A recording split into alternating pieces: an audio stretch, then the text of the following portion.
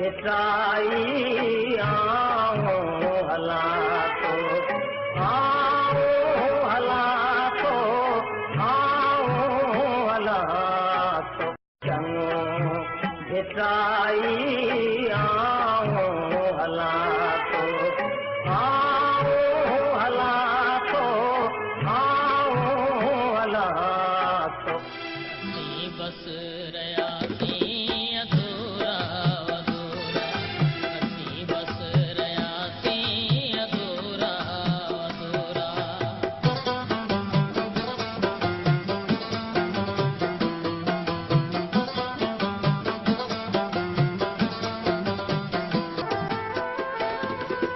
नकी इश्क आतिश बुझाते उभाम्यो नई दीप दिल मां अहां जो उजाम्यो नसूरल जी शिद्दत खां चोलो बणियासी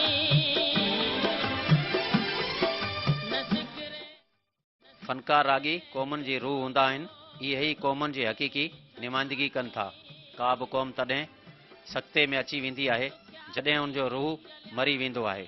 अहिड़ी तरह सिंध धरती जो अलबेलो रागी सादिक फ़क़ीर हो, जंहिं जे आवाज़ में धरती जी दां बि हुई त वरी संदसि आवाज़ में आजपे ऐं ख़ुशहाली जो सुहानो तसवर बि हो।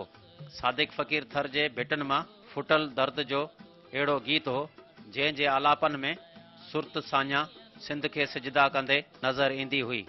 संदसि आवाज़ में माखी जे लार जहिड़ो मेठाज बि हो त वरी मोर जे टवकनि जहिड़ो दर्द बि हो, जंहिं जी सदा में कारूंजर कजलासर जी खुशबू बि हुई।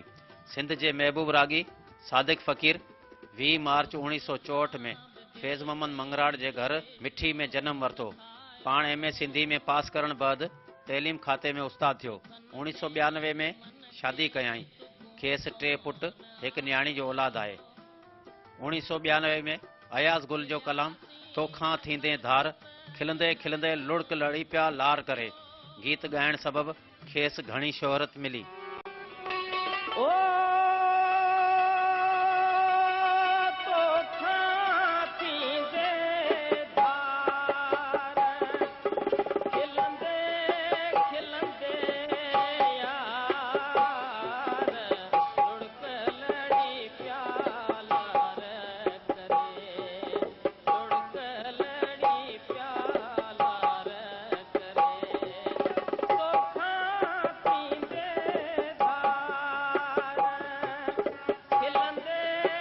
ही टाइम चेक अमां लाइ तूबा सीड कारपोरेशन वारनि जे तरफ़ां पेश कयो पियो वञे।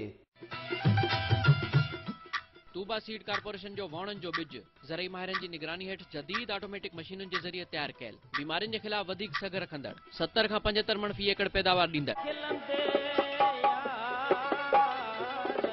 लुड़क लड़ी पिया लार करे लुड़क लड़ी पिया बोलार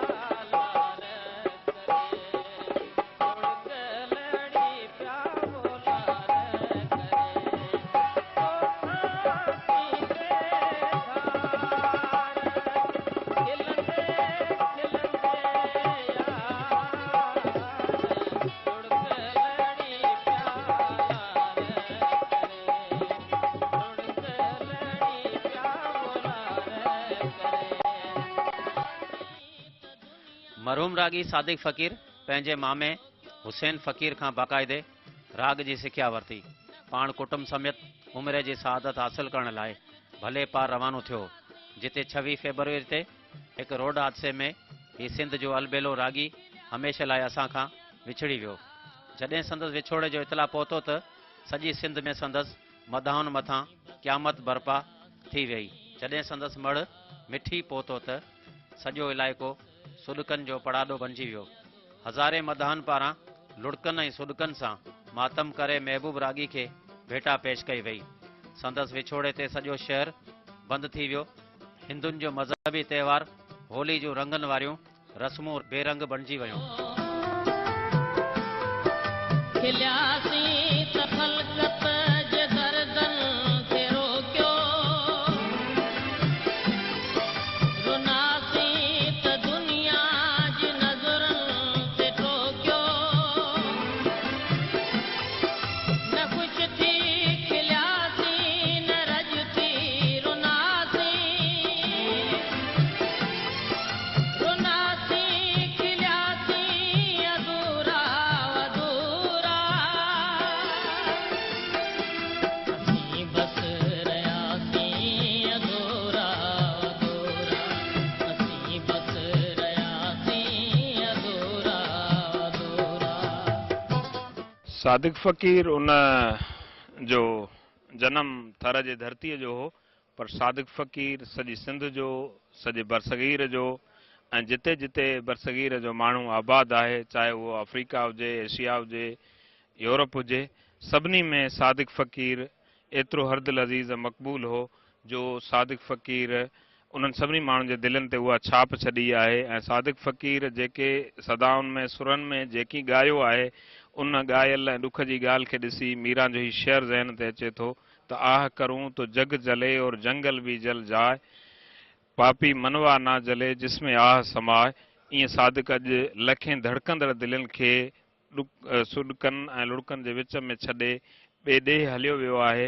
हुन जा जेके सदाऊं हुयूं से त बीहजी वियूं आहिनि, पर उन्हनि जा पड़ाॾा अॼु ताईं मौजूदु आहिनि ऐं ख़ुसूसन उन नौजवान नसुल खे ईअं मोहियो मोहित कयो जो नौजवान नसुल सिंध जी उहा ख़ुशहालीअ वारी शकिल ऐं पंहिंजे ख्वाबनि खे हुन में ॾिठो हो ऐं हू उन्हनि सदाउनि जे पड़ाॾनि खे खणी इंशा अल्लाह ताला न सिर्फ़ु पंहिंजो मुस्तक़बिल संवारींदा, पर उन सिंध जी सींद बि सरई ऐं साई कंदा।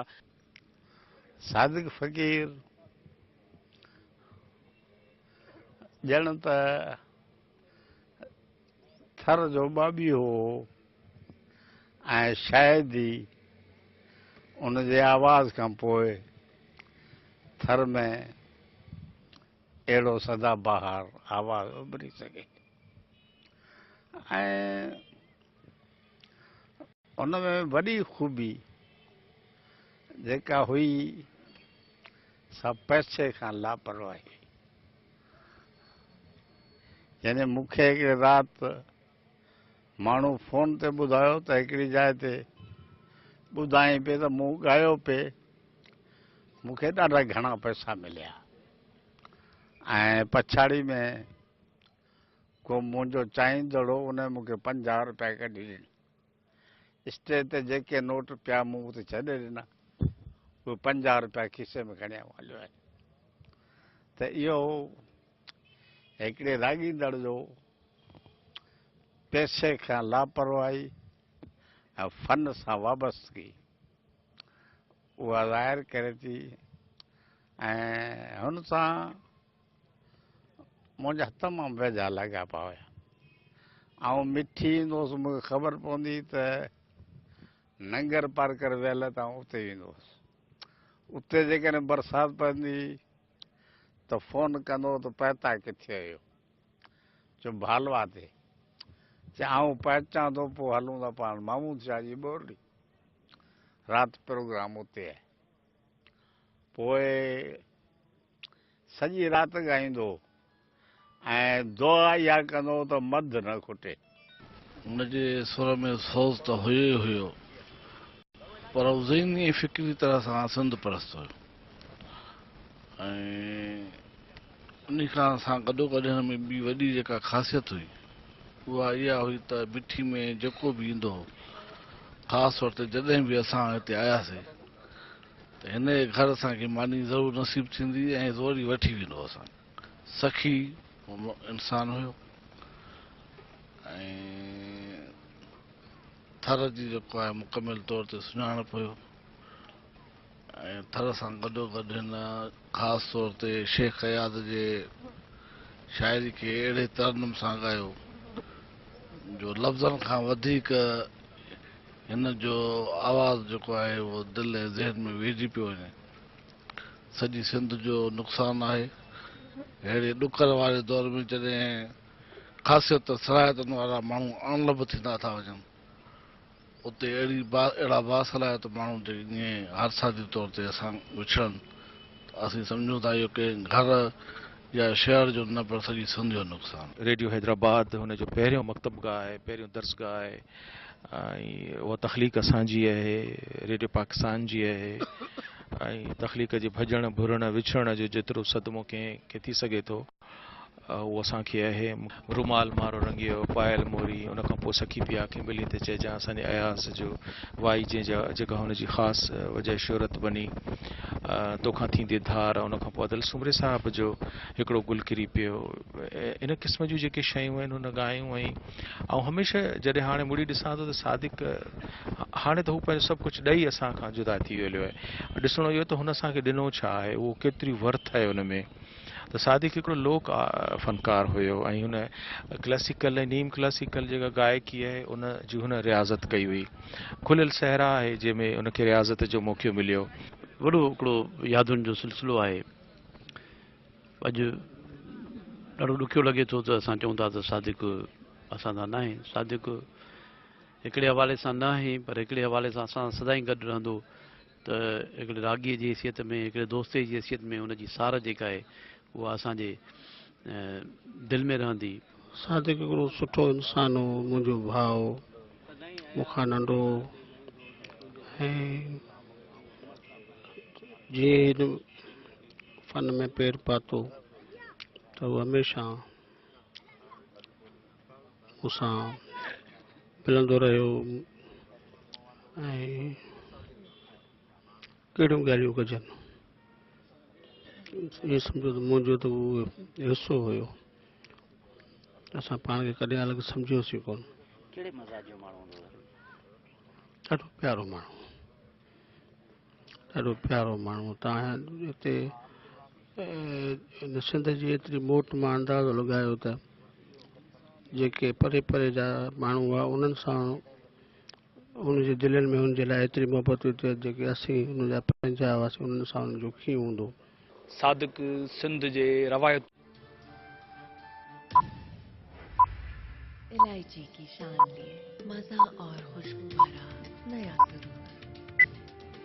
तरंग इलायची भी है चाय का सही जोड़। जो अमीन हो।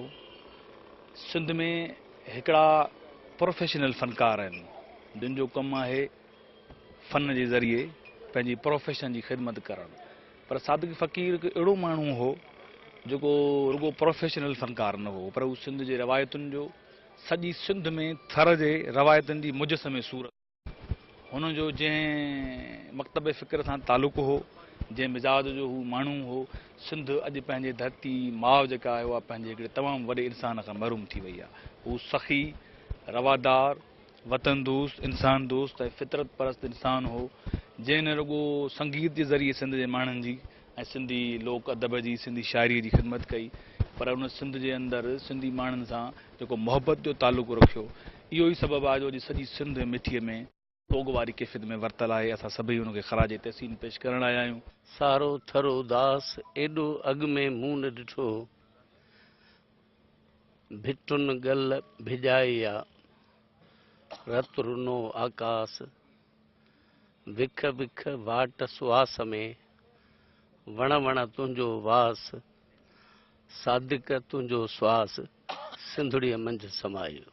सादिक थर जी सहरा जो सदा हुई, थर जो उहो आवाज़ हो, उहा सदा हुई जंहिं सॼी सिंध खे वासियो हो।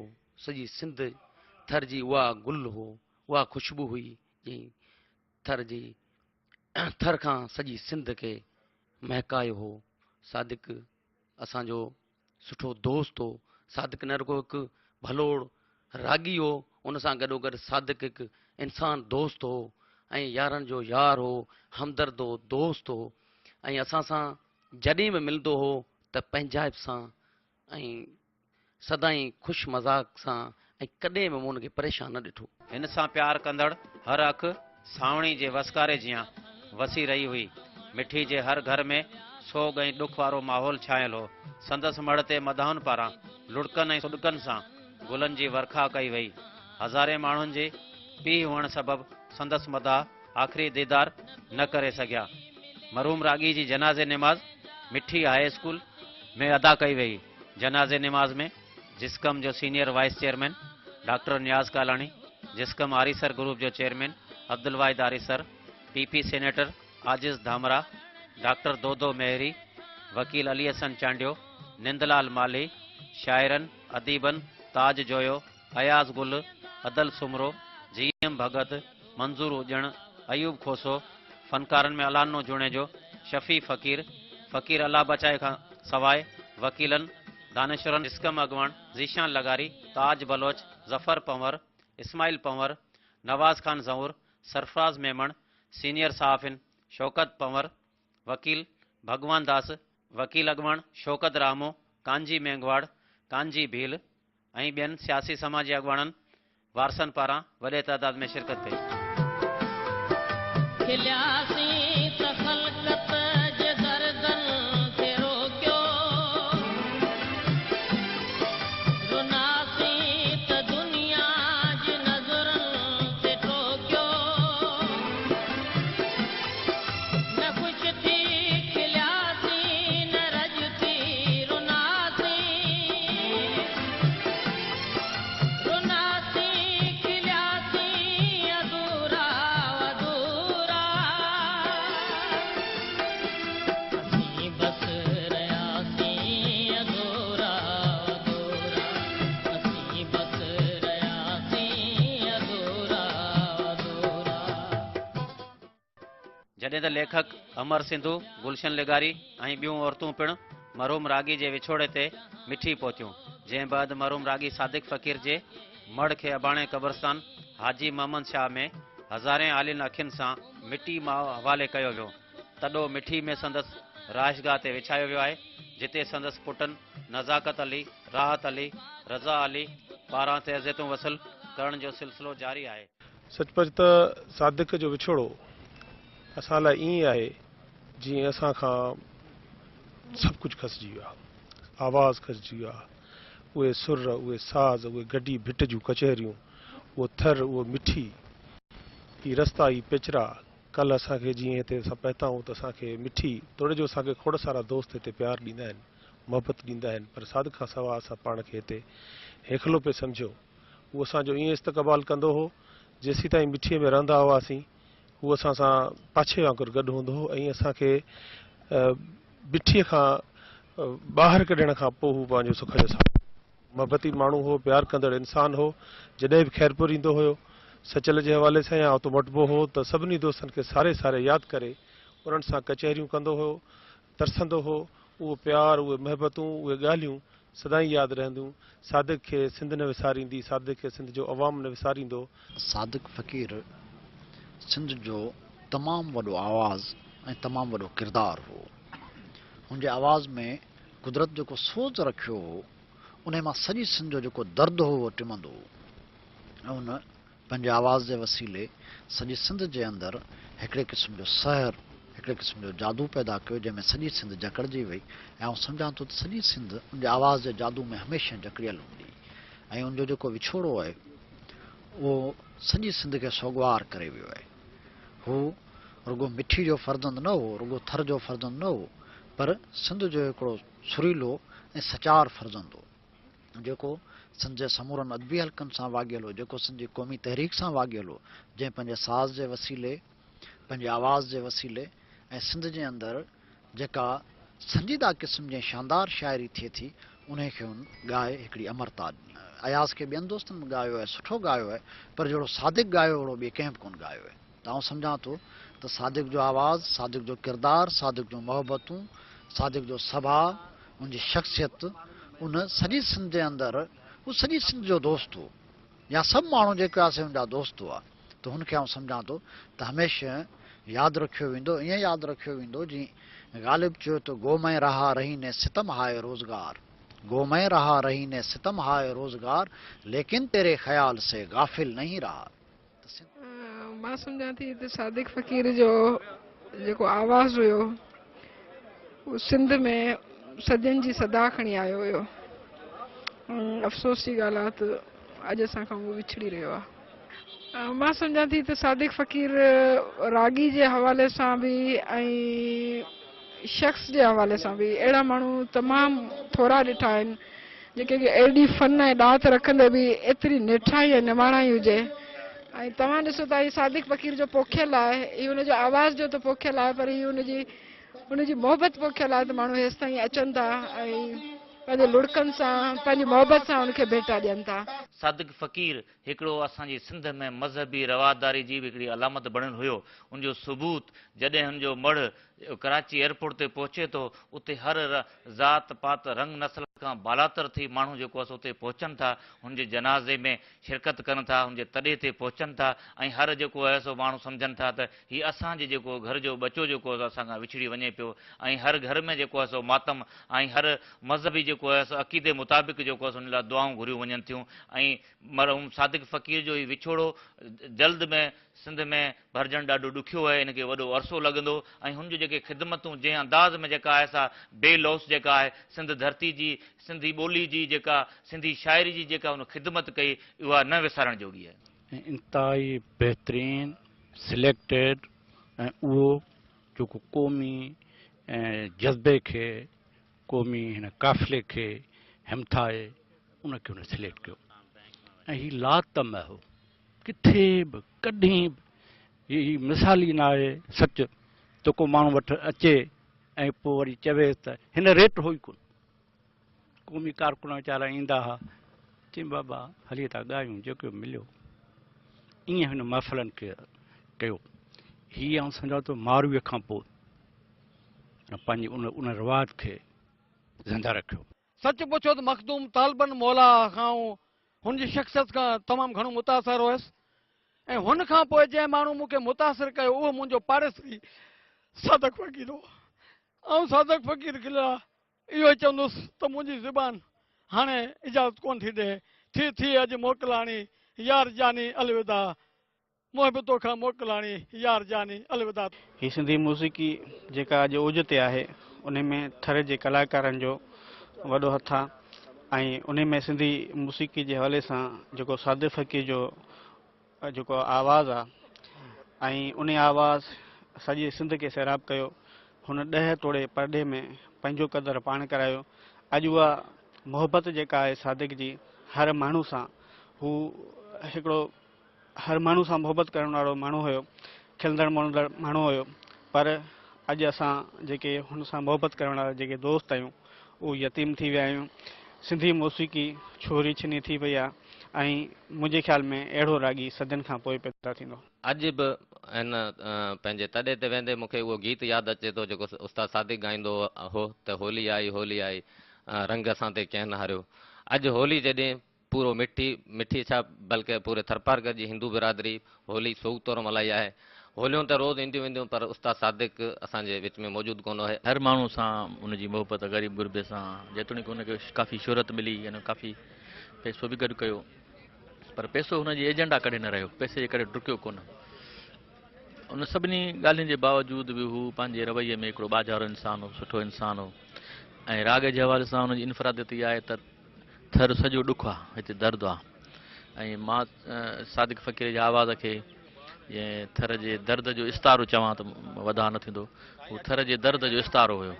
हुन जूं सदाऊं, उन सदाउनि में हिन भिटुनि जूं दाऊं, हिते माण्हुनि जूं दाऊं, हुनजा दर्द संभाल हुया ऐं उहा ई हुनजी सदा जेका आहे हुनखे मुनफ़रद बणाए वई। अॼु सदा उहा अलूप थी वई आहे, पर माण्हुनि जे दिलि में उहा हमेशह रहंदी। हुनजा ॻायल गीत उहे वॼंदा रहंदा। सिर्फ़ु रागी कोन हो पर असांजो साथी हो, असांजो हमसफ़र क़ौमी कारकुन बि हो। संदसि आवाज़ इंतहाई दिल खे झिंझोड़ींदड़ हो ऐं हीउ सदियनि ताईं ज़िंदा रहंदो। असां सम्झूं था हीउ तमामु वॾो हादसो आहे, वॾो सिंध खे नुक़सानु आहे जेको पूरी करण में सदियूं लॻंदियूं। होली पंहिंजी असां तमामु सादगी खां सेलिब्रेट कई आहे ऐं पाण महेश्वरी मिरपुआ संगत जो प्रेसिडेंट जे तहत इहो असां बिल्कुलु सादगी सां गुज़ारी आहे। असांखे तमामु वॾो ॾुख आहे जो असांजो हिकिड़ो गुलूकार दोस्त भाउ उहो लाॾाणो करे वेठो। वो थर जे रवायतुनि जो अमीन हो, सिंध जे रवायतुनि जो अमीन हो, वो महिमान नवाज़ हो, यार वेस हो, अदब दोस्त हो। असांजा जेके बि अदबी प्रोग्राम थींदा हुआ, स्पेशली थरपारकर में जॾहिं मुंहिंजी पोस्टिंग थी त उन्हनि सभिनी में हे शिरकत कंदो हो। सादिक फ़कीर सिंध जो उहो रागी हो जंहिंजे आवाज़ जे रिदम में सिंध जी आजपे जी सदा गूंजंदी हुई। पाण जॾहिं अयाज़ जी का वाई ॻाईंदो हो त फितरत झूमण लॻंदी हुई। सखी पिया के मिली त चइजां चांदनी तो सिवा न थींदी।